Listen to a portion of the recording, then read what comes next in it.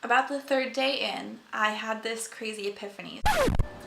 Hey guys, welcome back. Okay, so going with this whole theme of talking about mental health as much as I can. If you haven't watched my video about my Xanax story, please watch that first because this will all make a lot more sense.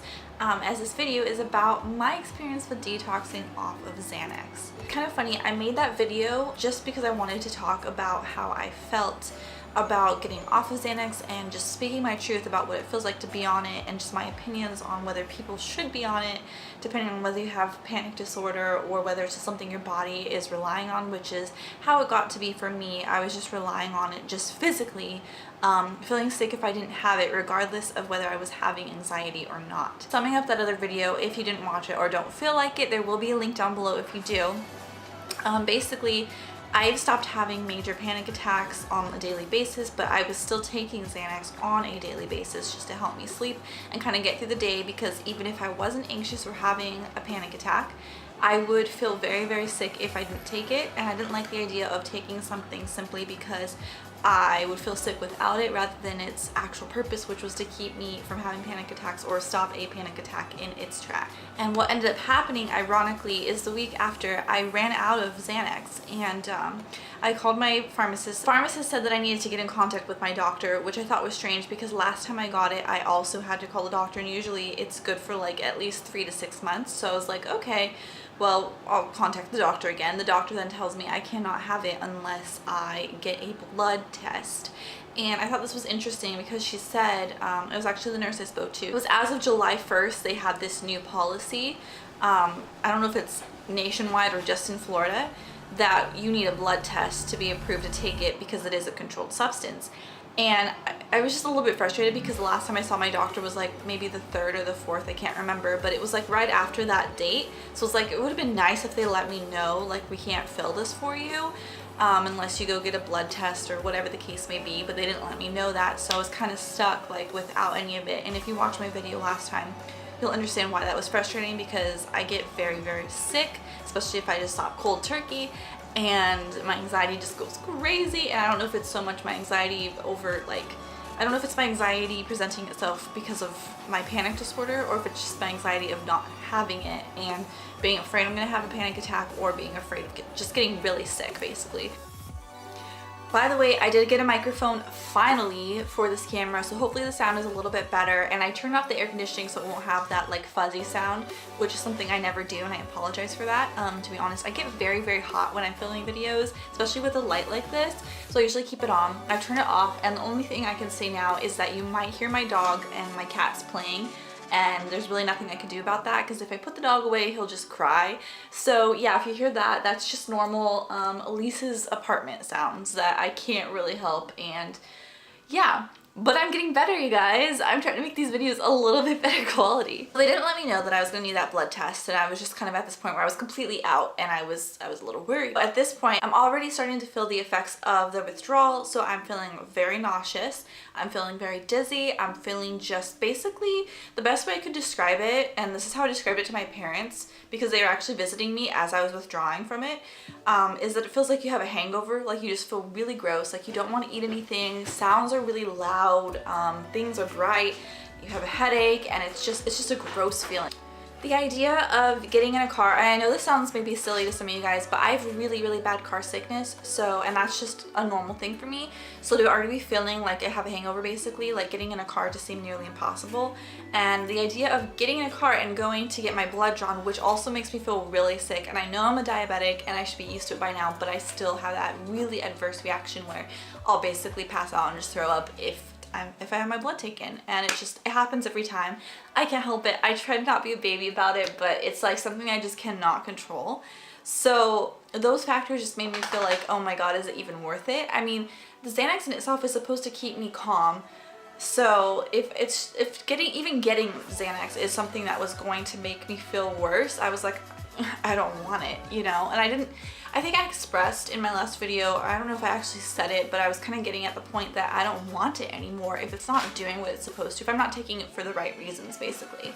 And since then, I have noticed my anxiety has gotten better, so I really don't feel like I need it for the panic attacks. I didn't want to have to go take it, and I thought, you know, literally I was laying in bed like in tears, like I cannot even get up to go do anything. I'm not gonna get out into the hot car and be throwing up and all this and get my blood taken and then have to wait for them to fill the script and all this stuff for a drug that I don't want in my body anyway. So I thought maybe this is the time to just stop taking it. And I know you guys, I said in my last video as well that you shouldn't just stop cold turkey and that there are a lot of issues that can arise from that, but I didn't really feel like I had a choice. I had absolutely none left, and I was just in a really tough position, to be honest. And so I talked to Mikey about it. He said, you know, the first few days are going to be the hardest. I have his support and everybody around me understands what's going on, and I'm taking care of my blood sugars and I'm monitoring myself and he's monitoring me. I could do this, I could overcome it. So that is what I did, and I'm so glad I did. So basically I have not had any Xanax in my system for 3 weeks, which is the most that I've gone without it in years and years and years. So let me just talk about what this process has been like. So especially the first week my parents were in town, I just told them, like, sorry guys, my sleep schedule is gonna be so off because I use it to go to sleep. Getting in the car is gonna be difficult for me. Luckily I had motion sickness medicine, which I still take pretty much every time I get in the car. I told them, you know, I have ways to try to deal with this, but you're gonna see some of the worst of it, because it was like at the very beginning. Start with the first thing that I experienced. So especially the first week, my sleep schedule did not exist. It still kind of doesn't exist, but it's a little bit better. So the number one thing is insomnia. Oh my god, you guys. So it's funny because I think I told you guys that I was put on another medication to help me sleep, but I actually have not been taking that because I don't like it. First of all, it doesn't help me sleep at all for some reason. It makes me feel very hungry for a little bit, so I'll eat a lot. But it's not like getting the munchies or whatever like it would be when I had Xanax. It was more like a starving feeling, and then my heart would beat really fast, and that was just in conjunction with not being able to sleep and having anxiety, it just kind of made me more anxious. So I just haven't taken it, and I still need to talk to the doctor about what my alternatives are for that. So that aside, I just basically had no help going to sleep, and I always rely on some sort of substance to go to sleep. So the insomnia was insane. Like, just staying up all night, every night, and sleeping randomly throughout the day for like a few hours here, a few hours there. And with the insomnia, it's just a feeling of like you're laying there and having your thoughts racing. They're going to the worst places that my brain hasn't been to in a long time, that are places I avoid. And it was kind of like just being alone with my thoughts because, you know, everybody else is asleep and it's nighttime, the world is kind of shut off, and just kind of laying there. Everything's just there, you know, just to think about. And so that was very difficult. Because Xanax relaxes your muscles, I also felt this sense of not being able to relax. So my body was just very stiff, and I just could not, you know, like melt into my pillows and my mattress and just feel okay. So that was keeping me from sleeping. That was the main thing, is not being able to sleep, because I did use it mainly as a sleep aid, and it is good just for that part of it that I've gotten off of it, because I do need to learn how to sleep on my own. Even though I am going to look into other pills and things I could take to help me, it's not my overall objective. I want to learn how to just sleep on my own, and I know a lot of that is going to come from therapy and from learning to train my thoughts in meditation, which I have gotten so much more into. I absolutely love sleep meditations. Second thing is car sickness. Like I said, it's something that I already had, but this got so much worse, you guys, because Xanax does keep you from feeling nauseous. So that not being in my system, and like I said, normally I would just take it at night, but still, just like my body just like detoxing, not having it, it was kind of freaking out. And I know a lot of people will say, and if you look up online like detoxing from Xanax, it'll say something along the lines of it'll be out of your system in a few hours or whatever. But I'm not talking about like how long it takes the actual physical pill that you took however many hours ago to get out of your body. I'm talking about my body, or your body, whoever's body's reaction to not being on it for an extended period of time, after being on it for an extended period of time. 3 weeks down the line, I'm still getting used to it. So that is something that I think no one really talks about. And if you look it up online, you'll see a lot of people's testimonies to how they reacted going off the Xanax, and it's just something that like doctors don't really talk about. They'll just say, oh, you know, give it a couple days and you're fine. You're like, oh, you haven't taken it for 6 hours, it's out of your system, you're good. But no, honey, when you've been on it every single day, you will feel that. So because I have a lot of issues with my colon already, I can't remember how Mike explained it, but something about how Xanax like will slow down your digestive system, or it just, you know, changes the speed of all of that. That was also making me sick in the car because I'd have these stomach pains on top of the nausea. So basically we'd get in a car and let's say we're just going to pick up food that we had ordered ahead of time so that I could come back and eat it at home. Like we went to get a pizza, for example, one day, and by the time we got there I had to sit in the car for a long time.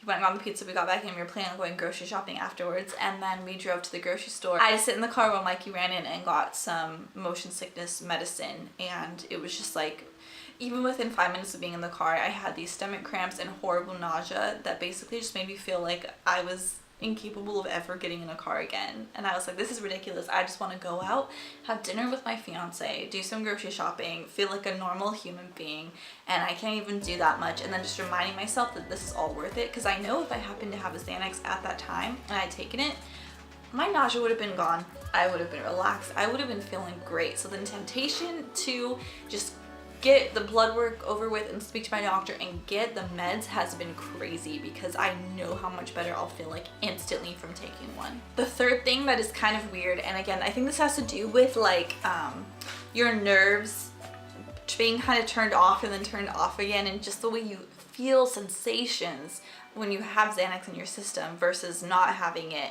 It's actually very extreme. So this has gone away for the most part, but for the first 2 weeks or so, these two fingers and then like a couple toes on my left foot would be really tingly, and I'd feel like a lot of numbness. Not like numbness where like if I go like that I can't feel it, but kind of like surface numbness.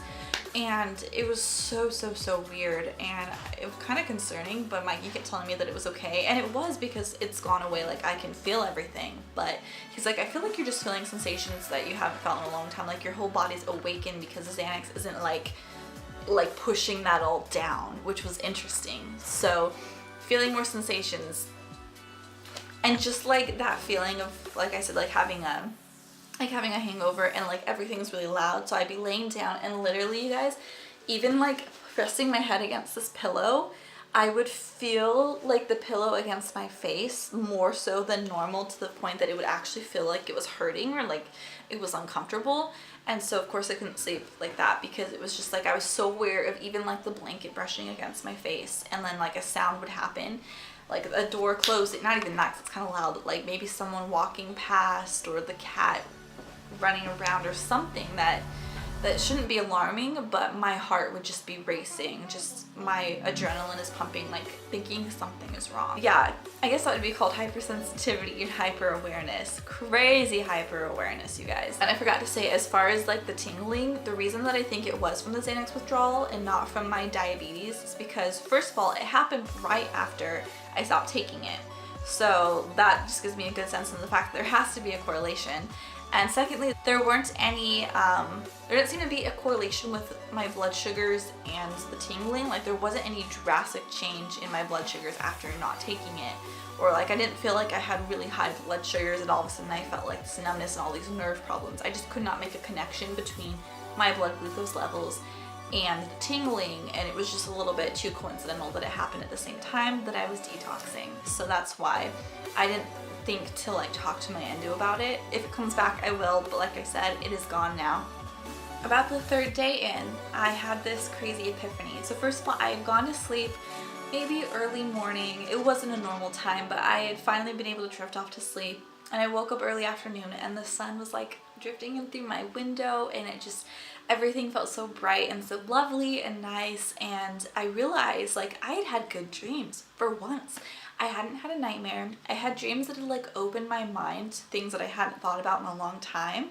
And it kind of felt like this whole other side of me that I haven't seen in a long time was just there, that I could see and I could feel again. The main thing being feeling again. I could feel things again. Like the Xanax not only calmed me down, but it kind of numbs me and made me unable to feel certain emotions, which I liked, because a lot of those emotions were ones of panic and distress and obviously no one likes to feel those feelings. So I didn't realize that it was also kind of numbing just my ability to feel simple things, like when you hear a song you really like and like feeling that song in your bones. I don't know if you've ever felt that, but when a song just like really speaks to you, I hadn't felt that in a long time because I was too numb. And I was so afraid of feeling anything that I wanted to block out every emotion instead of just the bad ones. So everything was just blocked and I was kind of like a shell of who I am. But now I could feel things again. I enjoy music more. I cry at movies now. Like I've always felt, when I watch a sad movie, I feel that like tug at my heart where I almost want to cry or feel something, but I can't. And now it's like the tears are just flowing. It just happens. And I love that. And I'll cry at happy things too. I could just feel in general, and I love to feel. Even if it means I have to feel bad emotions sometimes, it's really nice to be able to feel again. So I'm so glad that I made this decision. If I start having terrible panic attacks again, I will get back into therapy and I might use Xanax sparingly because nobody wants to be in a situation where you're out in public just hyperventilating and freaking out. So I will have it for emergencies if I do need to, but I don't think that's gonna happen. Hopefully, you know, people's lives, everyone's lives have their ups and downs, so I'm in an up place right now, and I know when I get to a down place I might need it again, so I'm not trying to be like, oh, I never need this medicine again, or I'm cured. Like, I might again, who knows. I was not at all expecting for me to do this, but it's just funny that I made that video and then literally that week, like, I get a call from the nurse saying, sorry, I can't have any more until this and this happens, and like the process has become even more complicated. And so it's just like it felt like a sign to me, like this is your sign, at least, like you need to get off of this and just see what happens. Okay, and I do want to say that if you need Xanax, you're taking it for the right reasons, it's prescribed, you've been talking to your doctors, you have the right dosage, using it appropriately, do not feel guilty. I've been there, I've needed it, and if I need it again, I will take it. So I don't want this to be like, oh, Xanax is an evil devil drug that nobody should take, because if you need it, you should take it.